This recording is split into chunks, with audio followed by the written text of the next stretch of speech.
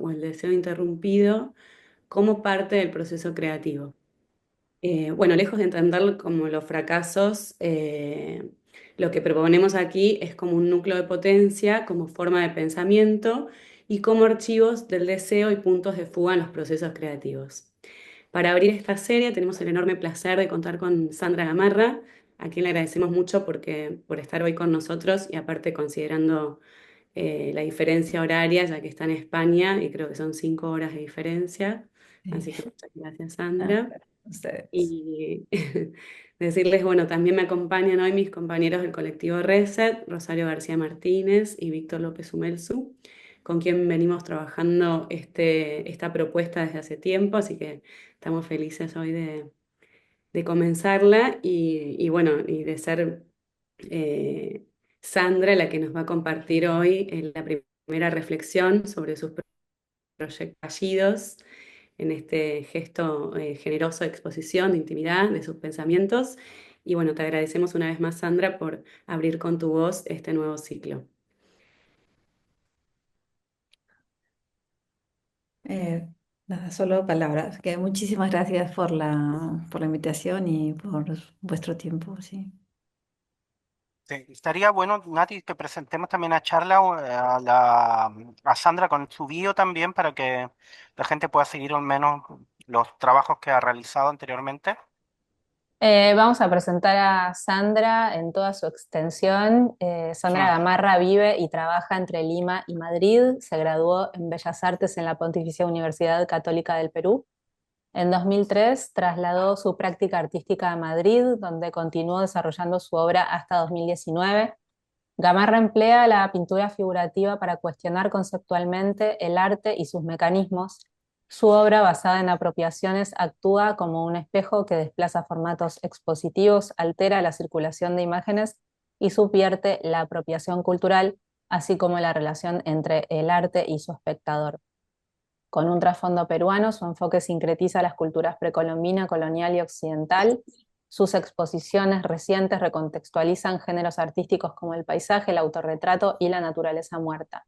Utiliza la pintura de manera figurativa para cuestionar el arte y sus mecanismos de representación, exposición y comercialización. Basado en la apropiación, su trabajo funciona como un espejo que desplaza los formatos de exhibición, altera el circuito de las imágenes y subvierte la propiedad de la cultura, así como la narrativa entre el objeto de arte y espectador. Su trabajo se encuentra en las colecciones del Museo Nacional Centro de Arte Reina Sofía de Madrid, MACBA de Barcelona, Tate Modern de Londres y muchos otros, el MoMA de Nueva York, el Mali de Lima, el Mar de Río de Janeiro, etcétera. Así que bueno, Sandra, nuevamente muchísimas gracias, es un honor tenerte acá y como decía Nati, que le des voz al inicio de este nuevo ciclo de Reset. Te damos la palabra, gracias. Nada, muchas gracias nuevamente por esta oportunidad. Yo voy a empezar a compartir pantalla para eh, pasar a... Está ok, ¿verdad? Sí, Sí, sí, está se ve. perfecto. Sí, ok. Em, vas- Aquí hay primer error, perdón. Este proyecto es del 2001, no de 2011. Y son proyectos que, aunque se han llevado a cabo, no son fallidos en el sentido de no poder haber sido ejecutados, sino que en el transcurso de los proyectos o incluso mucho tiempo después es que me he podido dar cuenta de estos fallos, ajá, o eh, de esas imposibilidades mías, ¿no? No necesariamente del propio proyecto. Eh, esta exposición se llamó, bueno, Living Room. Fue la primera vez que yo salía un poco de mi propio material, que siempre ha sido la pintura. Eh, lo que hice fue cubrir una especie de representación. Todo el espacio expositivo se volvió como una casa en donde también metí un coche y estaba todo tejido. Yo me imagino que vosotros también pueden haber tenido ese tipo como de pisito tejido para proteger las cosas, ¿no? Para proteger el teléfono, para proteger el papel higiénico. Y esto era como una exageración, una eh, desproporcionada de ese tipo de cuidado que termina haciendo inútil el objeto. Para esto, bueno, era una especie de homenaje a mi abuela. Mi abuela era de estas personas que lo envolvía todo para como una suerte de presencia, ¿no? Que después de morir pues se mantuvo. Y eh, para mí fue una oportunidad también de convocar a toda mi familia, porque mi abuela había pasado mucho tiempo tejiendo y regalando esos tejidos a todos. Entonces fue una manera de recopilar todas estas frazadas y aparte mandar a hacer tejidos específicos eh, para estos, ay, perdón, para esta ocasión. Pero por supuesto, también trabajé con talleres que me pudieran ayudar en la confección de todos estos tejidos. Y fue una relación muy linda que entablé con tres talleres de mujeres.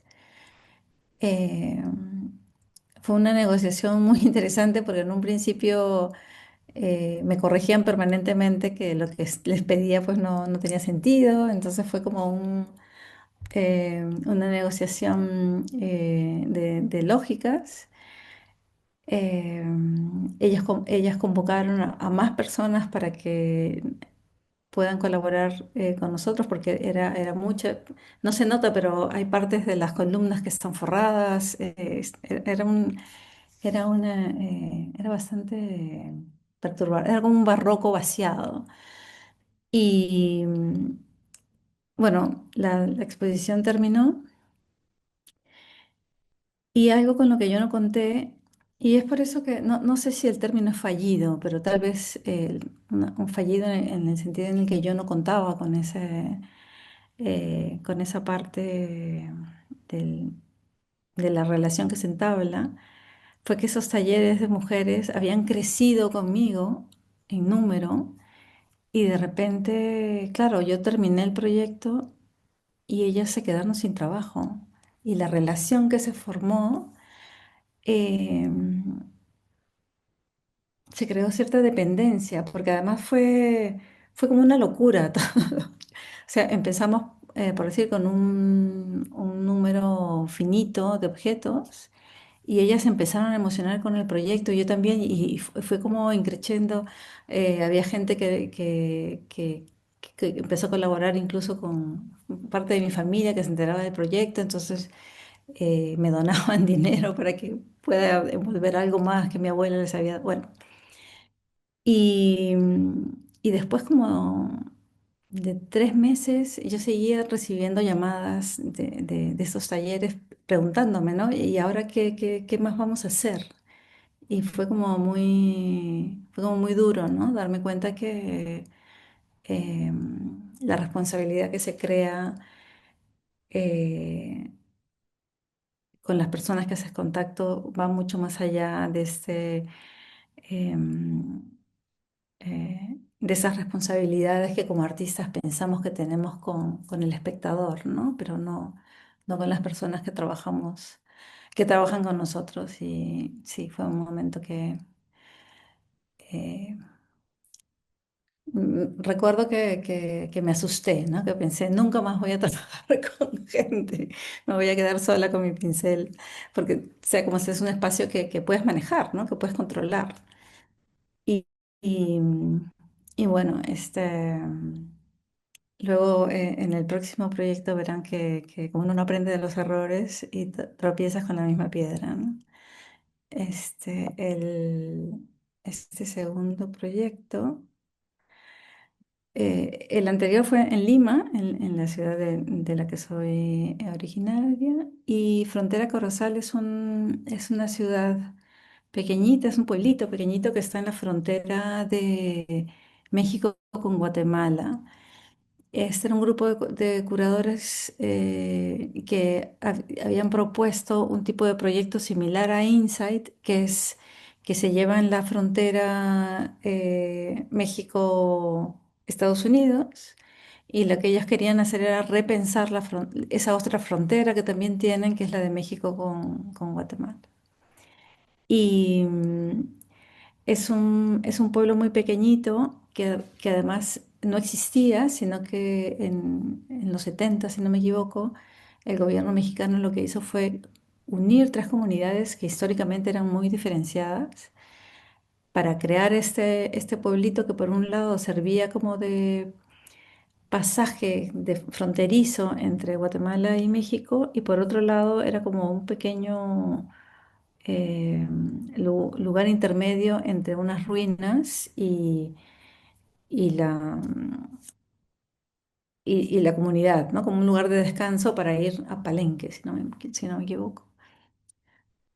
Entonces, bueno, yo vivía ya en Madrid y me invitaron a trabajar en este proyecto. Llevaban un grupo de artistas. Yo ya estaba trabajando en el proyecto LIMAC, que bueno, luego también hablaré de él, en donde tenía como inicio la idea del souvenir, ¿no? Del objeto de recuerdo, como estos objetos que en lugares como en nuestras periferias pueden ser recuerdos de algo que nunca pasó, ¿no? El IMAC se inicia con sus souvenirs antes de que existiera nada. Y, y bueno, cuando me invitan a este proyecto, eh, me hablaron que había un grupo de mujeres que tenían un taller y yo tropecé con la misma piedra y pensé, voy a trabajar con ese taller de mujeres porque me dijeron que, que ellas ya hacían un tipo de artesanía y, y lo que yo quería era eh, trabajar con sus propios, con las propias, con los propios objetos que ellas hicieran, pero ver de qué manera podían ser transformados o contaminados con estas otras obras, con las obras que iban a ir apareciendo en el transcurso de los 2 meses en que estuvimos allí. Eh, ya no recuerdo exactamente el número de artistas que pasaron por ahí, pero fueron 3 momentos, me parece. Cuando yo estuve, seríamos en torno a 15. Y en el tiempo se iban a ir sucediendo estas acciones y lo que yo quería era como intentar a través de estos objetos conversar acerca de estas acciones que aparecían y desaparecían. Yo tenía ciertas dudas sobre eh, cómo el arte contemporáneo a veces aparece en circunstancias ajenas a la ciudad, que es más o menos de donde su lugar natural, y, y utilizan como escenario espacios donde no necesariamente se llega a entender, ¿no? Lo que hacemos y por supuesto seguramente tampoco es necesario. Pero pensé que el souvenir podía ser como este lugar desde donde se podía rascar, ¿no? ¿Qué cosa queda al final de nuestro paso por ahí? Yo, a mí ya me habían mandado fotos de estos objetos y yo pensaba perdón, de estos de aquí, de estos animalitos. Y yo pensaba que efectivamente eran artesanías que hacían estas mujeres. Y mi sorpresa fue que cuando yo llegué al lugar, em, eran talleres que existían en donde ellas hacían un tipo de bordado muy propio, Pero estos muñecos con los que yo pensaba que podía trabajar, resultó ser parte de un taller que había sucedido 1 o 2 años antes de una ONG que llegó, habilitó un espacio que era comunal para crear este taller de confección y la idea era que estos animales fueran vendidos a los turistas que pasaban por ahí, ¿no? Camino a las ruinas que les comentaba. Pero en realidad no tenían ellas no sentían ninguna relación con el objeto. O sea, creo que era una ONG alemana y ya habían llegado con unas especies como de modelos. Y cuando yo llegué, eh, ellas pensaban que yo era otra profesora que les iba a dar clases o que les iba a dar eh, otros otros modelos de objetos para vender, porque estos en particular no habían tenido ninguna salida, ¿no? Y, y claro, me di cuenta que por supuesto ellas no tenían ni idea de lo que yo quería hacer. Yo tampoco tenía las herramientas como para decir, empecemos de cero, porque era al revés, ¿no? Yo quería usar sus herramientas, pero estas no era que no existían, sino que pertenecían a otra lógica. Y, y para mí fue muy... Todo el contexto era bien complicado. O sea, yo no sé si han visto alguna vez en las cámaras digitales o incluso en el teléfono que hay em, recomendaciones, ¿no? Y advertencias que pasado cierta temperatura y cierta humedad dejan de funcionar. Bueno, pues en Frontera Corozal pasaba constantemente, pero te dejaba de funcionar incluso el cerebro. Se hacía tanto calor y tanta humedad que era casi imposible pensar.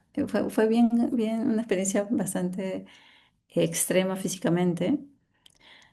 Y, y lo que fue curioso en este taller, el primer día, fue que si bien fueron todas las mujeres bueno, del taller, fue un niño que tendría entre 11 y 12 años, que era el que estaba más atento a las cosas que yo decía.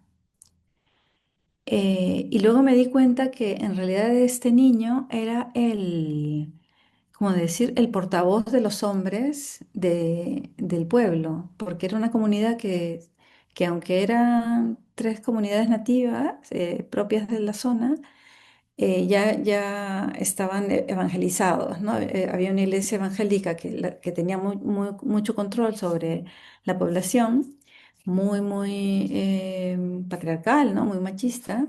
Y este niño era como una especie de eslabón entre el permiso que tendrían para venir a tomar clases y, y sus quehaceres diarios, ¿no? Yo pensé en el segundo taller que iríamos a hacer, que estas señoras nos iban a presentar. Yo hubiera pensado que, que me iban a dejar, ¿no? Porque efectivamente yo no tenía mucho que enseñarles.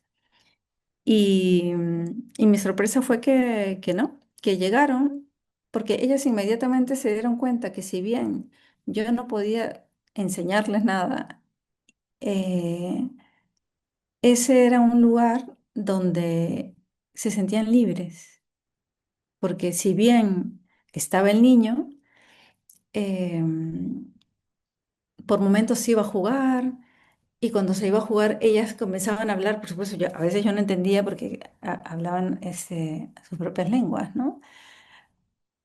Pero me di cuenta de eso, ¿no? Que de repente este espacio era un pretexto para que ellas tengan su momento, ¿no? De hacer trueque entre ellas, de peinarse, bueno, fue una cosa súper bonita, pero al mismo tiempo ellas sentían la presión porque hagamos algo, porque ellas tenían que también demostrar que estaban haciendo algo en el, en el taller. Entonces, bueno, yo como sea intentaba sacarle, por momentos era muy gracioso, pero también muy complicado, porque yo les preguntaba, bueno, qué les parece lo que sucedió el día anterior con tal performance? Y yo las había visto allí y ellas me decían que no habían estado, porque no tenían el permiso para hablar de lo que estaban viendo. Entonces, en un momento me di cuenta que en realidad para ellas nosotros éramos igual que un turista.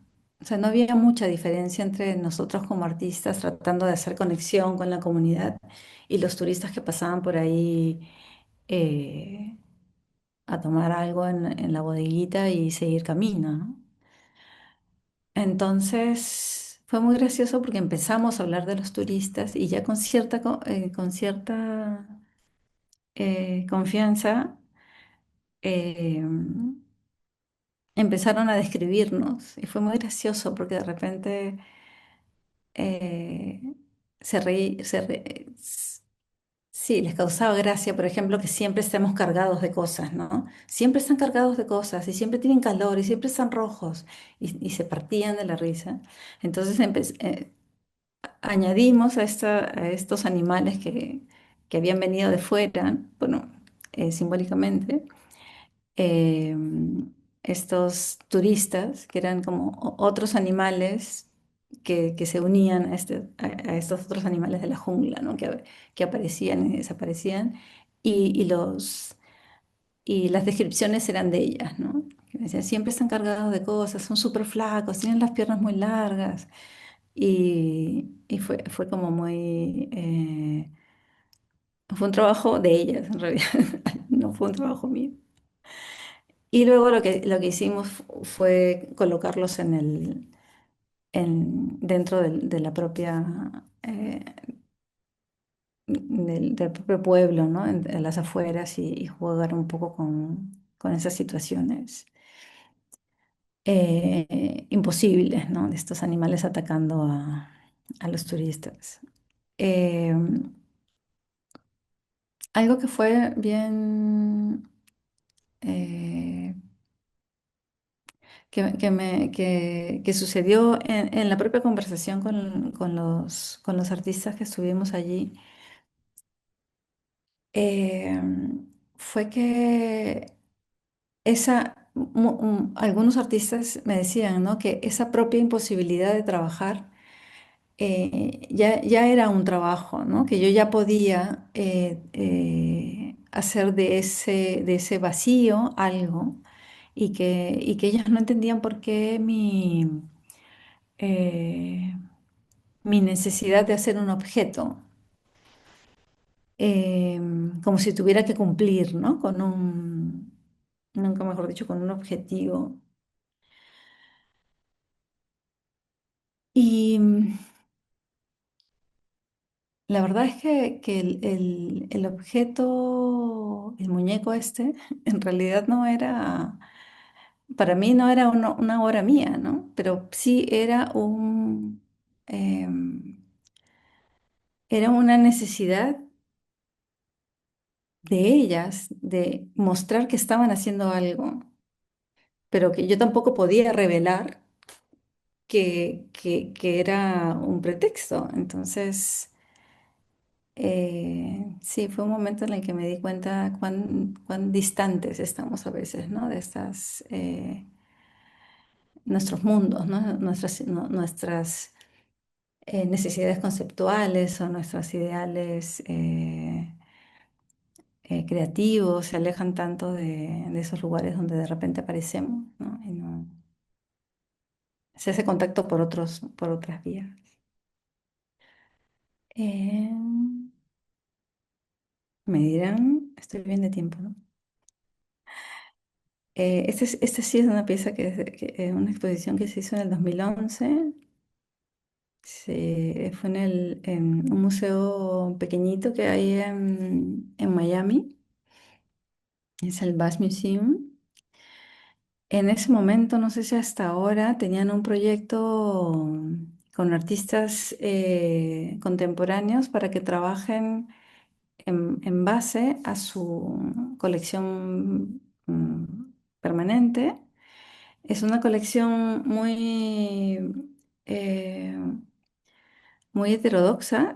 Tienen como copias clásicas, pero también alguna pieza original, pero como algunas piezas francesas, algunas alemanas. No es que tengan mucho de todo, son como donaciones puntuales de diferentes personas. Yo creo que casi todas las obras vinieron después de la Segunda Guerra Mundial. Y, y es como un pequeño, tiene una sala clásica que les interesa mucho como carta de presentación, ¿no? De esta colección europea en Miami. Y bueno, cuando me invitaron, yo presenté una serie de intervenciones. Muchas tenían que ver con pintura, pero esta en particular eh, se refería a, tal vez lo van a ver mejor acá. Ese tipo de cartela son las cartelas que aparecen abajo. Mi idea era retirar las cartelas. Bueno, de hecho o sea, cuando presenté el proyecto estaba muy claro, ¿no? Que lo que yo quería era retirar por completo las cartelas y colocar unas nuevas, siguiendo el mismo carácter, ¿no? De las originales. Pero reemplazando la información por pies de fotografías de prensa, en donde la imagen pudiera adecuar, la imagen pictórica pudiera adecuarse a ese nuevo título, ¿no? Como un permanente en el tiempo, ese tipo de imaginarios que hemos naturalizado. Bueno, ahora mismo lo vemos, ¿no? Los éxodos los decimos como si fueran, como casi casi como si fueran normales, ¿no? Parte de la historia. O por ejemplo, eh, las matanzas de niños. Creo que por ahí había una pintura de los santos inocentes. Y bueno, la idea era eso, reemplazar las cartelas. Pero una vez que ya estuve allí, no me dejaron hacerlo. Así que se tuvo que hacer como un doble cinturón. Las cartelas reales se quedaron en donde estaban, que son, no sé si ven mi cursor, ¿sí? Estas son las cartelas reales que se quedaron en su sitio y yo coloqué nuevas que estaban abajo. Por supuesto no era lo mismo, además había que colocar mi nombre y el título de la exposición, entonces bueno, todo se recargaba y no era la misma, eh,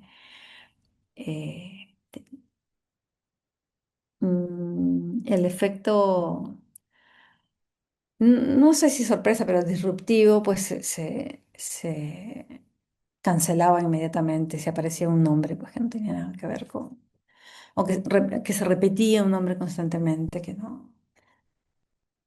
Em,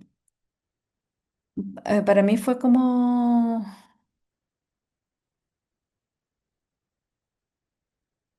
mm, todas las otras dos partes de la exposición que sí se llegaron a hacer y que eran pintura.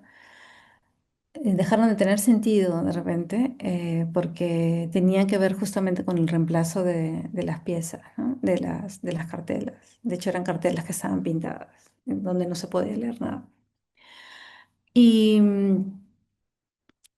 creo que fue una de las primeras veces que tuve un enfrentamiento como, eh, la verdad es que ha sido una de las pocas veces que trabajaba, hasta ese momento que había trabajado con un museo, entonces tampoco supe cómo defender el proyecto. Fue una de las primeras veces que sentía que los artistas estábamos un poco para adecuarnos, más que al revés. Y,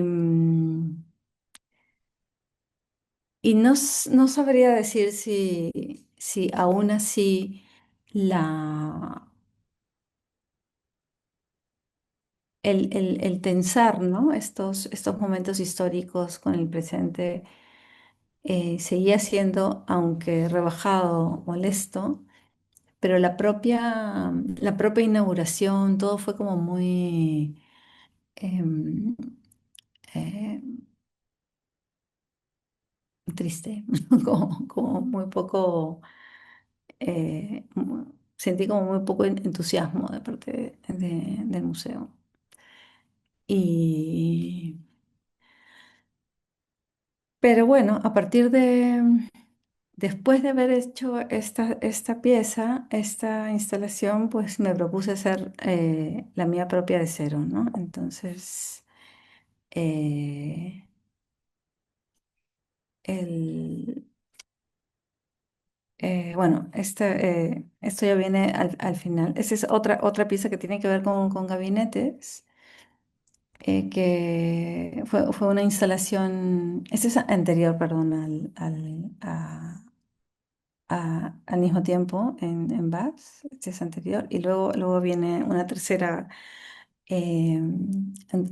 un tercer intento. Este primer intento también fue un- una propuesta de hacer visible que esto que llamamos nuevos medios o la contemporaneidad justo terminando al inicio, ¿no? del siglo, dependía y seguía mamando mucho de la pintura y de estas lógicas que tenemos eh, de la creación a partir de, casi como una extensión de la creación divina, ¿no? Una creación que depende de estas lógicas de originalidad, em, casi como si estuviéramos creando desde cero, ¿no? Y, y lo cierto fue que l- no calculé que claro, en ese tipo de propuesta el escenario era mucho más, no era solamente un soporte, ¿no? Tenía que estar mucho más trabajado. Y sí, fue un primer intento de gabinete, no, este sí que no tuvo muy, que esa pátina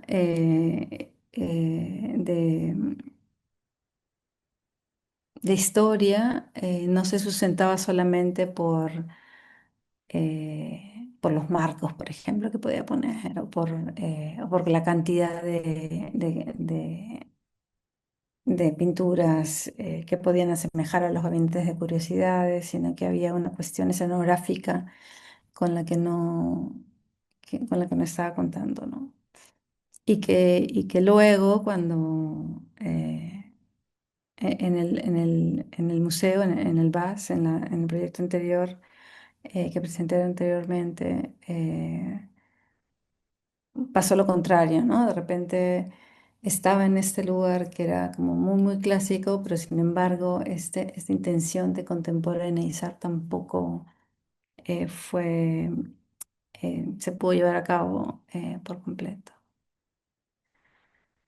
Esto y aquí tengo otra pinacoteca, otro espacio clásico de pintura. Este es el último eh, el último gran proyecto que he tenido en Venecia, donde representé a España en- con esta Pinacoteca Migrante. Y si bien aquí sí, por suerte, tuve como una museografía que ayudó con que el espacio se disfrazara realmente de pinacoteca clásica, em, el proyecto es fallido en el sentido que mi primera intención fue que me prestaran, o sea, para hacerla corta, todas las obras que están presentes en la Pinacoteca Migrante son obras que existen en las colecciones españolas. Como aquí por ejemplo está mi versión y abajo está la versión original que es parte del Museo Thyssen. Ese es otra de las salas.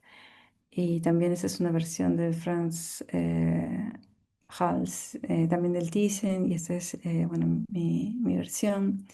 Pero la primera gran intención del pabellón era que me presten las piezas originales, ¿no? Cuando Agustín Pérez Rubio, que fue el curador, em, y yo recibimos el encargo de presentar un proyecto para el concurso del pabellón. Eh, yo siempre me quejo que era muy poco tiempo, pero sé que hay países que cuentan con mucho menos, así que no me voy a meter ahí. Pero mi primera gran propuesta era pedirles, ¿no?, a los museos que nos presten las piezas para crear realmente esta gran pinacoteca de estas historias y representaciones y legados de las excolonias que aunque existen en las colecciones españolas, no están integradas de tal manera que se pierden, ¿no?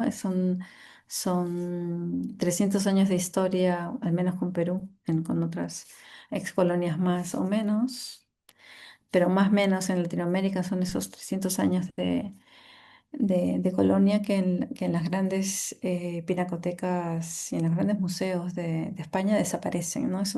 España tiene esta historia que mira hacia Europa, ¿no? Que no cuenta eh, esta historia eh, colonial desde la colonia. Y, mm, y para mí era como una oportunidad de hacerlo real. Claro, lo que no contaba era con que la seguridad por un lado y la conservación de esas piezas lo hacía inviable, ¿no?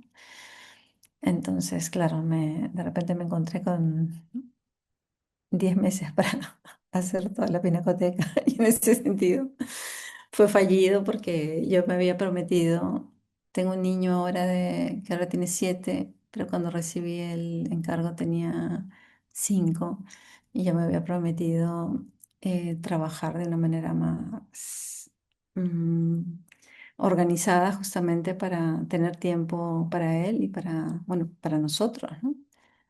Y sí, en ese sentido eh, fue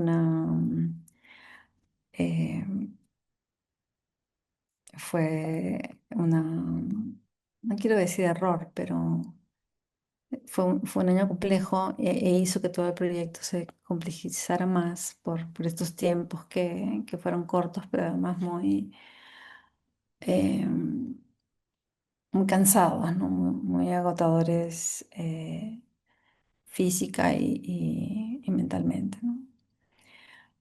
Otro gran problema que tuvo este proyecto, que además nos dimos cuenta con Agustín justamente cuando estábamos ya montando el pabellón,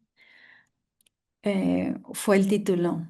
Eh, Porque siempre estamos hablando de estas diferentes, de esa manera monocanal que tenemos desde Occidente de contar la historia. Y, y justo cuando estaban colocando el nombre del pabellón, que era Pinacoteca Migrante, nos dimos cuenta que nos habíamos equivocado también, ¿no? Que en realidad el título de la exposición debió ser una Pinacoteca Migrante y no solamente Pinacoteca Migrante, ¿no? Pero bueno, decidimos que íbamos a convivir con el error. Y para terminar, así podemos conversar. Bueno, esa es otra sala del Pabellón de España. Y este tal vez es un proyecto que es transversal a todo lo que he ido contando. Eh, el IMAC es un museo ficticio que nace en el 2002, en un momento donde Lima no tenía museo de arte contemporáneo, tampoco moderno. Y, y el IMAC nace de este vacío, ¿no? Nace como una especie de rumor, con rumor y humor. Como les decía, aparece a partir de objetos de recuerdos, recuerdos de algo que no existe. Además, el primer souvenir fue un borrador. Entonces, nuevamente, ¿no? Hablaba de esto que no existe, ¿no? Que queda como un fantasma. Y mientras que no había museo de arte contemporáneo en Lima, era muy fácil jugar con esta sombra, ¿no? Eh, con esa fantasía.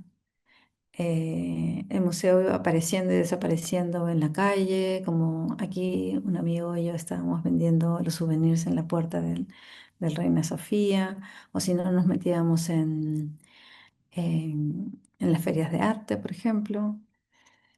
Em, Luego se institucionalizó un poquito más, entonces ya se crearon este tipo como de tienda museo, es como un stand que podía aparecer y desaparecer. Por un lado era tienda, y la tienda tenía igual peso, igual importancia que la parte expositiva, vamos a decir, y siempre la web que tenía acceso desde este módulo para poder ingresar a la información que realmente el museo funcionaba, ¿no? En la web. Ay. Y no vamos a decir el problema, pero las circunstancias fueron haciendo que cada vez el IMAC tuviera que perder esa flexibilidad. Por ejemplo, en la web ingresábamos información con en un principio con mucha fluidez, sin mucho orden, pero una vez que la web fue adquirida por la Tate, tuvimos que hacer un vaciado de toda la información y un protocolo para añadir cuestiones nuevas que hizo que todo el funcionamiento fuera mucho más aparatoso, ¿no? Que el IMAC lo manejábamos entre Antoine, Antoine Henry, que él es bueno, es mi pareja, pero es el director del museo, después de un concurso muy difícil. Y siempre trabajamos como en esa familiaridad, ¿no? De cambiar de rumbo, de mover el museo de un espacio a otro. Pero estas cuestiones hicieron que poco a poco fuera más complejo, ¿no? Por un lado, eh, sí, es el problema de crecer a veces. Luego, ese tipo de fantasmagoría al crecer, justamente y al hacerse más real, empezó a tener cuestiones mm, en donde nos vimos obligados a descubrir la falacia del museo, porque, por ejemplo, de algunas aerolíneas nos pedían la programación para incluirlas en las revistas, ¿no? de turismo, para los vuelos, ¿no?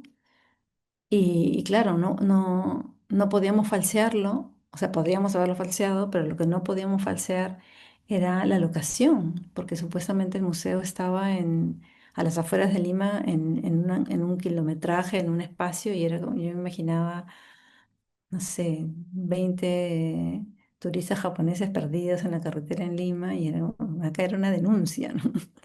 Entonces, poco a poco hubo que ir como que abriendo pues las pieles, ¿no? de esta cebolla. Y por otro lado, en Lima, eh, por un lado, el Mali abrió un área contemporánea muy importante, pero por otro lado, el Museo de Arte Contemporáneo, por años soñado, abrió con la mala suerte para nosotros que escogieron de nombre Mac Lima. Entonces, durante muchos años fue muy complicado trabajar porque a nosotros nos llegaba mucha comunicación del MAC Lima, que teníamos que dirigirlos hacia el MAC Lima. Entonces era un trabajo doble, ¿no? Por un lado el nuestro y por otro lado casi nos sentíamos como los secretarios de este otro, de este otro museo. Y, y nos tocó permanentemente ir diciendo, no, no somos este museo, somos este otro museo que es ficticio. Y en ese punto se volvió otra cosa, ¿no? Además, coincidió con que empezamos a hacer exposiciones aquí en Madrid con cierta regularidad y el IMAC me parece que empezó a ser más como un espacio expositivo más que un museo ficticio.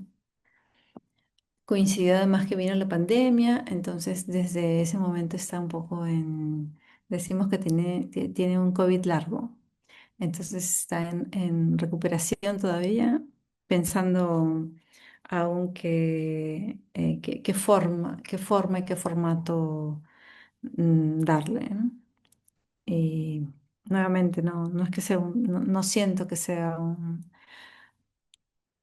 un proyecto fallido, pero sí es un proyecto que exige, justamente por, por haberlo dejado crecer, un tiempo, un espacio y un presupuesto, ¿no? Que a veces es difícil de mantener. Eso.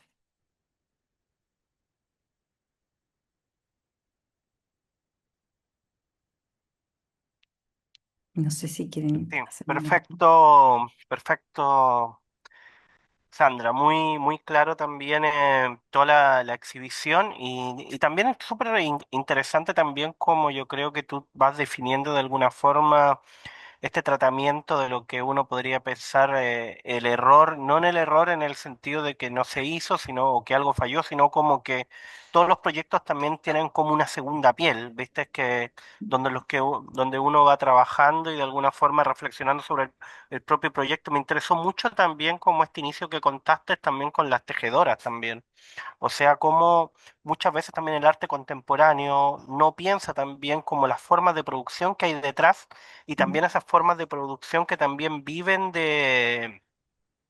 se podría decir, de todo lo que uno está generando, no solamente conceptualmente, y más allá también del público. Me hizo acordar también mucho un proyecto que acá tuvimos en Pro que también requería ese tipo de reflexión, que era como este proyecto de las semillas de Ai Weiwei, donde él pone ujú, también a trabajar toda una comunidad y después también la comunidad también queda como en un stand-by también de que tuvimos un año de trabajo, pero después quedamos también como en nada, ¿viste? Es como ujú. que yo creo que eso también plantea mucho también de lo que después vuelves tú a criticar también, se podría decir, en todas las formas de institucionalidad que hay.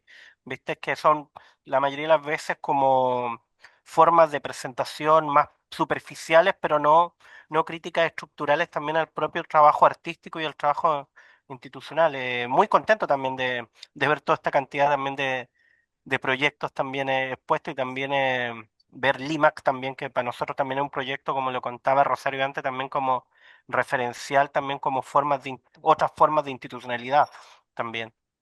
Sí, se podría, también se podría decir que la propia existencia de un LIMAC es porque ya había un fallo, ¿no? O sea, Claro, también nos hemos cogido de ese fallo para abrirlo, ¿no?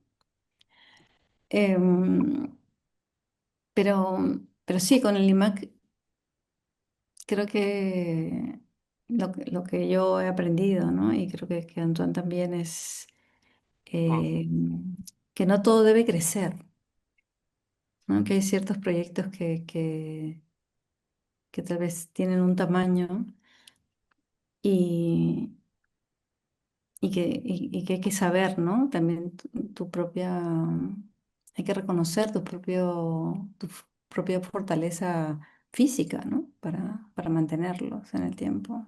sí. Y también esta misma pregunta que yo creo que es una pregunta que cruza todas las instituciones que tiene que ver también con la capacidad también espacial propia y si pueden ir también más allá del primer gesto, ¿viste? Creo que como primer gesto creció hasta el punto que tenía que crecer, ya después no, si no se hubiera de alguna forma deformado también la idea original, Ujú, también como, y también eso también dio pie para que otras instituciones lograran también responder a esta pregunta de esta visibilización del error o la grieta que está ahí, o la ujú. herida también. Eh, Natalia, Rochi.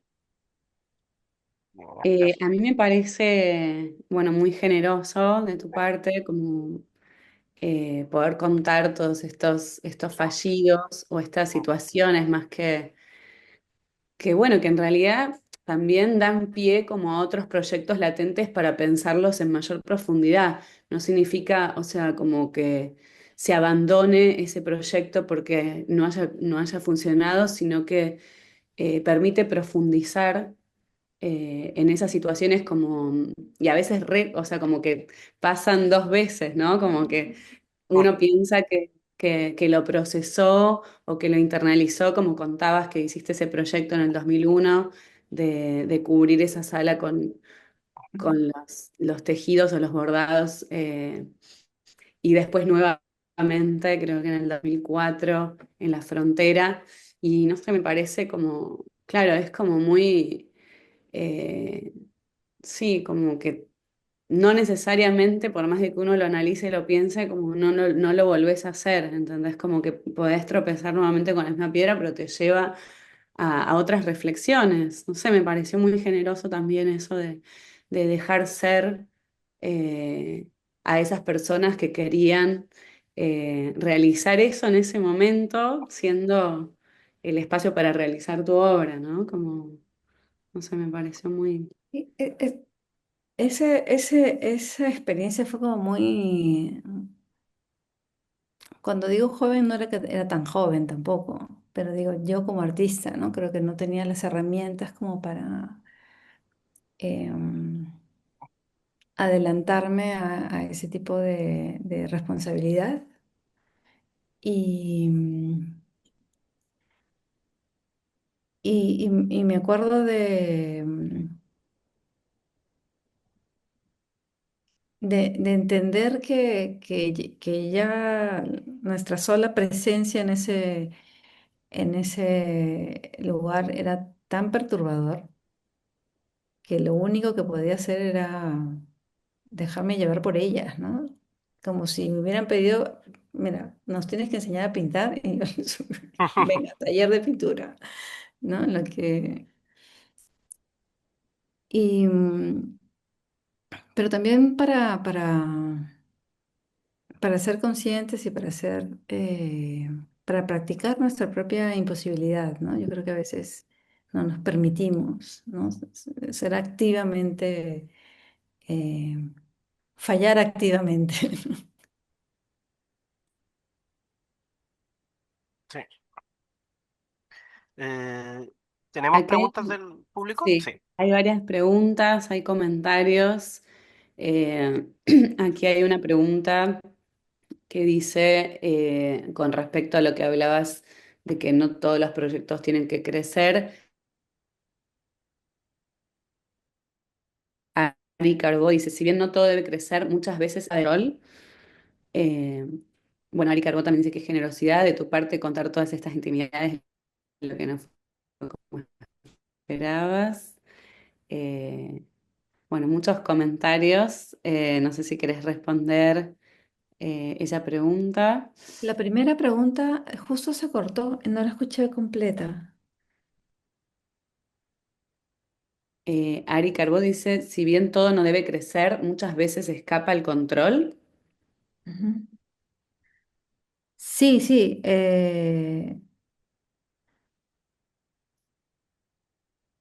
Yo creo no, sí me pasó eso, ¿no? Que por un lado está en cómo crece un proyecto en tus manos, pero también está que cuando crece y en el caso de la web del IMAC pasa a una institución más grande, entras en otro tipo de dinámica, ¿no? Y yo creo que esa dinámica sí es la que se puede controlar y que tal vez se puede decir que no. Pero bueno, yo creo que fue un buen ejercicio tanto para nosotros, para poner orden en la web. Y fue muy, y creo que para el propio Tate fue una experiencia, como ellos nos decían, no es la primera web que estamos adquiriendo, entonces éramos como un conejillo, ¿no? Conejillo de indios, eh, para, para levantar protocolos. Y claro, yo creo que también las dos instituciones estábamos andando por estos fangos, ¿no? Y tal vez por ello también hubo esta necesidad de endurecer protocolos y de ser como muy estrictos. Eh, por dar una- un ejemplo, nosotros les pedíamos amigos o artistas que nos interesaban, les escribíamos y decíamos, mira, vamos a poner obras tuyas en el museo, eh, no como si fueran obras del museo, pero sí casi como si fuera un currículum al que puedes acceder para compartirlo, ¿no? Era casi nuestra idea era que fuera una plataforma de trabajo. Y eso tuvo que cambiar porque para Tate no era claro que tuviéramos los permisos para eso. Entonces hubo que hacer todo un levantamiento de permisos y de hecho le cambiamos el nombre, ya no era la colección Limac, ya era la colección cortesía del artista, ¿no? Donde quedaba implícito que, que había un permiso del artista para colocar sus obras en el IMAC sin que fuera necesariamente obra del IMAC.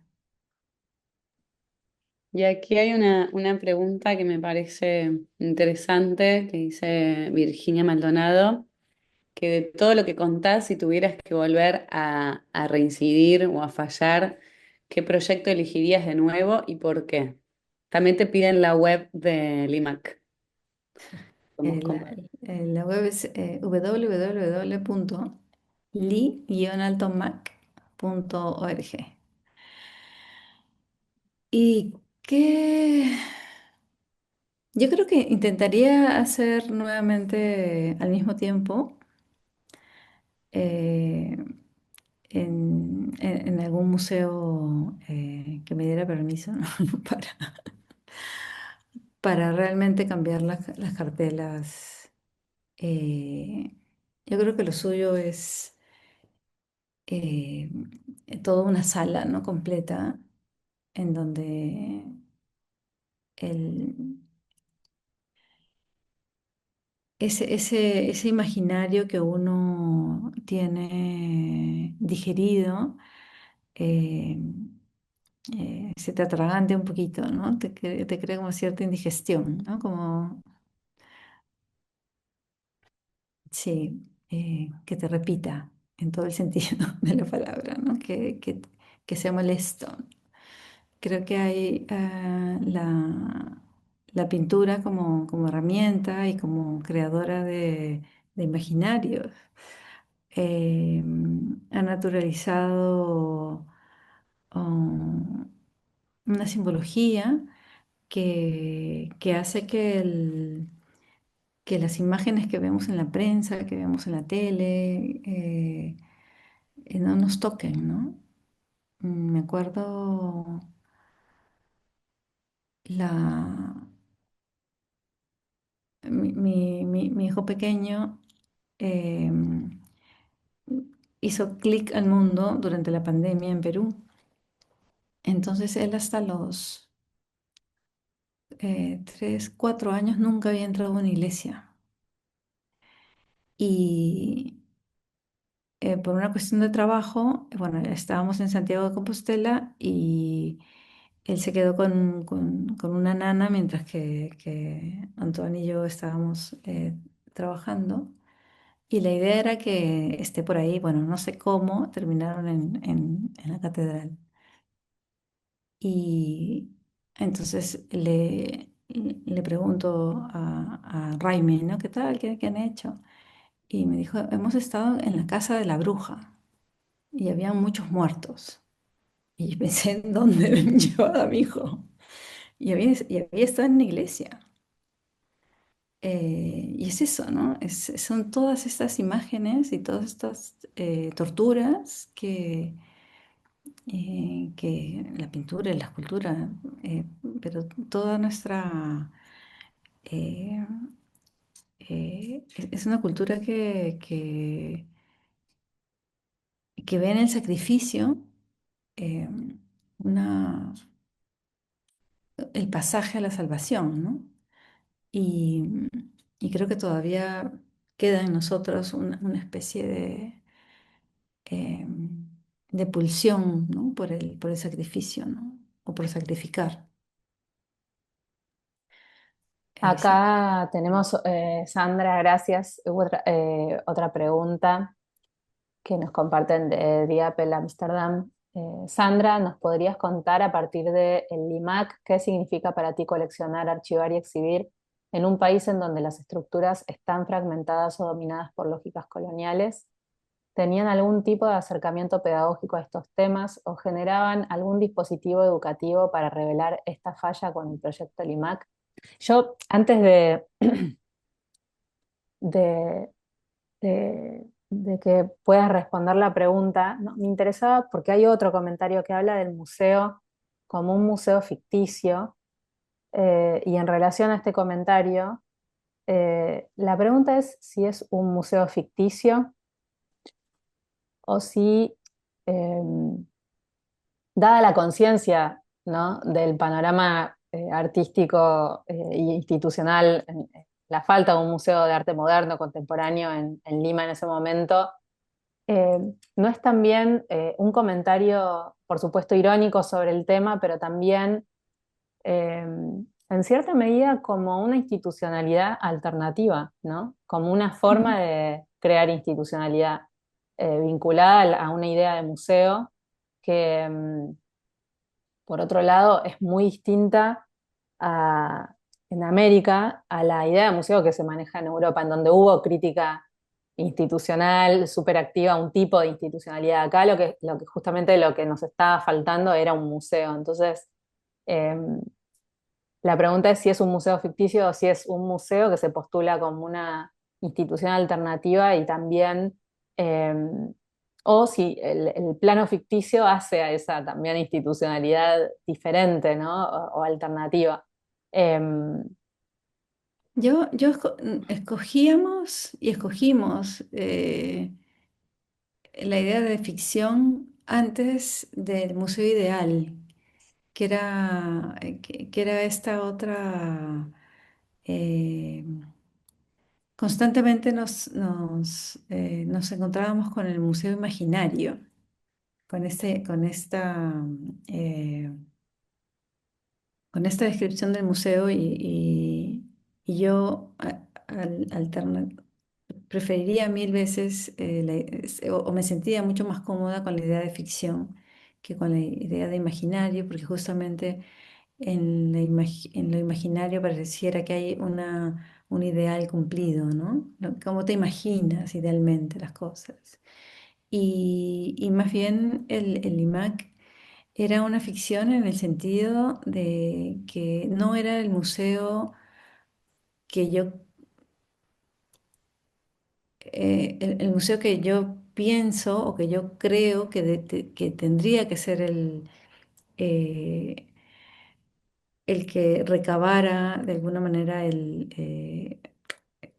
la producción artística de ese momento, que era muy compleja, incluso sabiendo que eh, en ese momento y por supuesto hasta ahora hay una discusión latente y muy interesante acerca de qué es lo contemporáneo en un país donde hay por lo menos tres maneras muy diferentes de acercarse al objeto cultural, ¿no? Que estamos hablando de la cosmovisión andina, la amazónica y la de la costa, que es más occidental. Entonces, a es, por eso me sentía mucho más cómoda con ficticio, ¿no? Porque en realidad el IMAC era un museo que intentaba hacer ficción del museo occidental. En ningún momento intentaba hacer ficción de un museo o quería ser ese museo que tendría que tener una sociedad como la limeña, ¿no? Una sociedad como la peruana.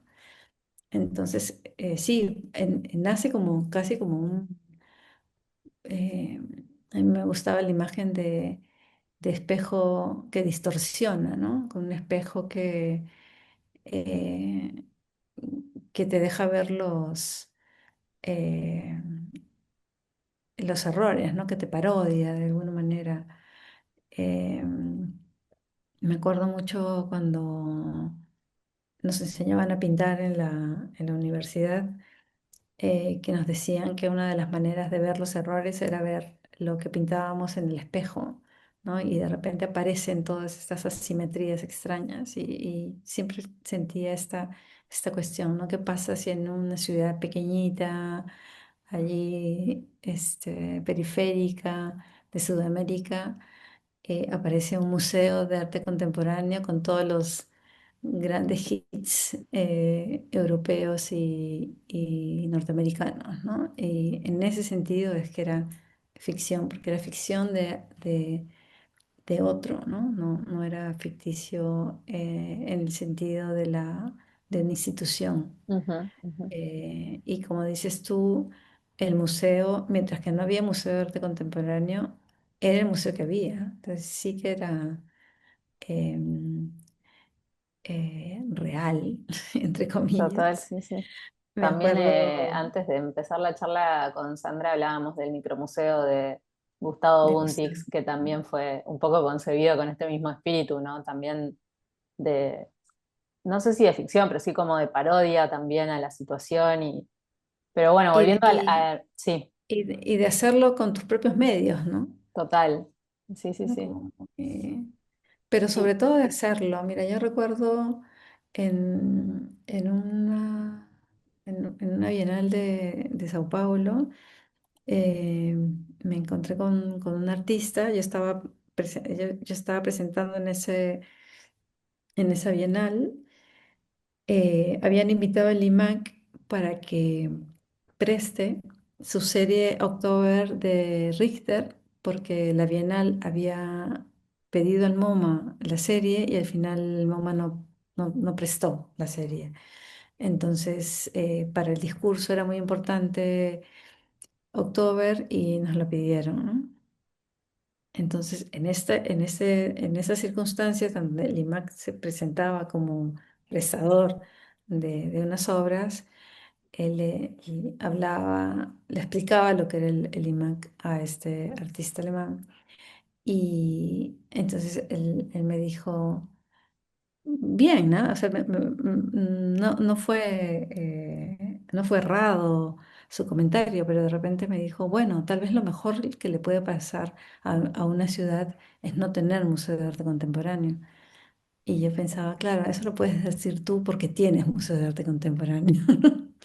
Como Claro, sí, déjame sí. tenerlo para cerrarlo, o para criticarlo, pero em, sí, son estas cuestiones mm, eh, que creo que no tienen que ver con lo que te corresponde, con la pureza de las instituciones, Ujú, sino con esa posibilidad desde desde lo precario de ujú, hablar de tus necesidades, ¿no? De hablar de... Y cuando yo trabajo, o sea, cuando yo planteo el IMAC, si bien hay una intuición de lo que significaba que no pudiéramos hablar de lo contemporáneo porque no teníamos los medios, yo creo que es parte de la discusión ahora mismo de lo que llamamos decolonial y de las estructuras colonialistas, pero no podría decir que en el 2002 yo tenía claro ese perfil, ¿no? Yo lo he ido claro, claro. como descubriendo. Sí, sí, sí, sí. Eso es interesante también, ¿no? Como que a la luz de por ahí, de estos discursos más recientes, la lectura también es diferente, pero en ese Ujú. momento la No, motivación fue otra y así es como también esta pérdida de control sobre la propia obra y las relecturas que se pueden hacer a lo largo del tiempo son una dimensión interesante para tener en cuenta. Acá, bueno, hay algunas preguntas súper interesantes que comparten desde de Apple vinculados a la existencia o no de programas educativos dentro de este museo, la práctica de coleccionar, archivar y exhibir en un país, como decía antes, donde las estructuras están fragmentadas o dominadas por lógicas coloniales, que entiendo que en el caso del LIMAC había una modalidad también de coleccionismo abierta al público, o sea, la gente podía también agregar, aportar a la colección del museo, o sea, era una cosa como muy horizontal. Este, en un principio sí era como muy de juego, ¿no? De hecho, el catálogo que se hace, habían obras mías, había obras de amigos, era como junto con obras de gente como como artistas como muy reconocibles. Pero eh, es lo que decía antes, ¿no? Hay un momento en el que eh, toda esa horizontalidad requiere un trabajo y a veces no tienes los medios ¿no? Porque no tienes tiempo real para poder introducir, por ejemplo, todos los datos, ¿no? Y, y cerciorarte que todo esté bien, incluso sí, me acuerdo convertirte que en una institución realmente, ¿no? Como entrar en sí, esa éramos dos, lógica. sí, no, y éramos dos personas, entonces de Claro, repente sí, había sí. momentos que yo abría el correo y era como, es que me voy a quedar 2 días contestando, era como, entonces, Acá, sí. por ahí vinculado a lo que hablábamos al principio, digamos, ¿desde qué lugar vos pensás este museo, ¿no? ¿Desde qué contexto específico este, de tu país y de tu ciudad y demás? La pregunta que también comparten desde Diapel es si soñás con algún tipo de institución que pueda responder a lo latinoamericano sin tener que ser sumiso a una visión europeizante. Y con esta pregunta cerraríamos el encuentro porque ya estamos un poco al límite del tiempo. Em, yo creo que es una cuestión que está muy en el tablero ahora mismo, ¿no? Yo creo que por un lado las propias instituciones que existen pueden abrirse a otras formas ya no de representación, sino de presentación de sus propias creaciones en, eh, pensando en la producción de los Andes o en la producción de la selva de Perú, por ejemplo.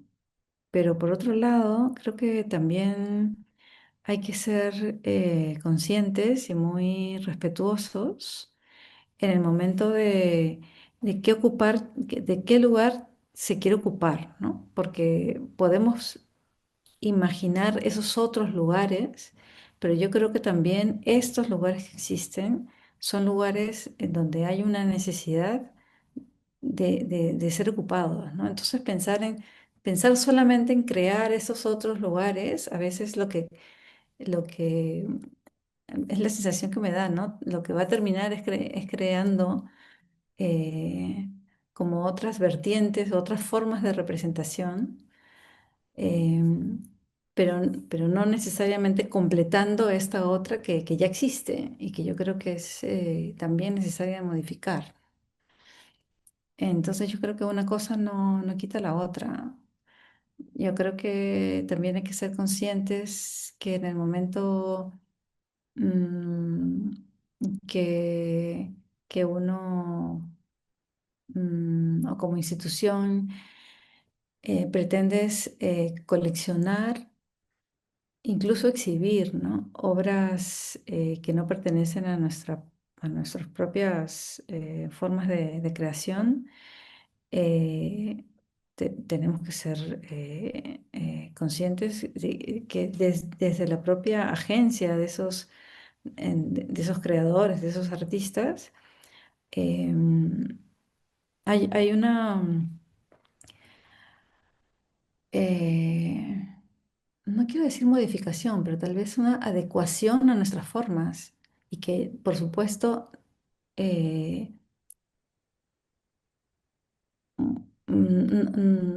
no vamos a ser capaces de abordarlas en su integridad porque están pensadas y tienen mecanismos por no decir que vibran en otros entornos, ¿no? Entonces, yo creo que también tenemos que ser mm, humildes, ¿no? De entender que tenemos nuestros propios límites, ¿no? De representar, justamente, porque estamos en el plano de la representación. Tal cual. Muy interesante, Sandra. Muchas gracias. No, muchas Este, gracias. y nos dejas pensando, creo. Así que bueno, esa es un poco la idea también de estos encuentros. Y, y bueno, a quienes se sumaron a la charla de hoy, agradecerles muchísimo. Vamos a ir anunciando fechas de este nuevo ciclo, que como decía Nati al principio, nos invita a pensar en qué significa errar, y qué implicancias tiene eso en el proceso creativo y bueno, en las prácticas artísticas en general. Este, Así que bueno, gracias otra vez, Sandra. Allá es muy Muchas tarde, gracias a así que todos. esperamos que puedas descansar y te agradecemos mucho. Y bueno, gracias a todos y todas y esperamos volver a encontrarlos en los próximos encuentros de Reset. Nos estamos viendo. Gracias. Eso. Gracias. Gracias. Chao, gracias. Hasta luego. Hasta luego.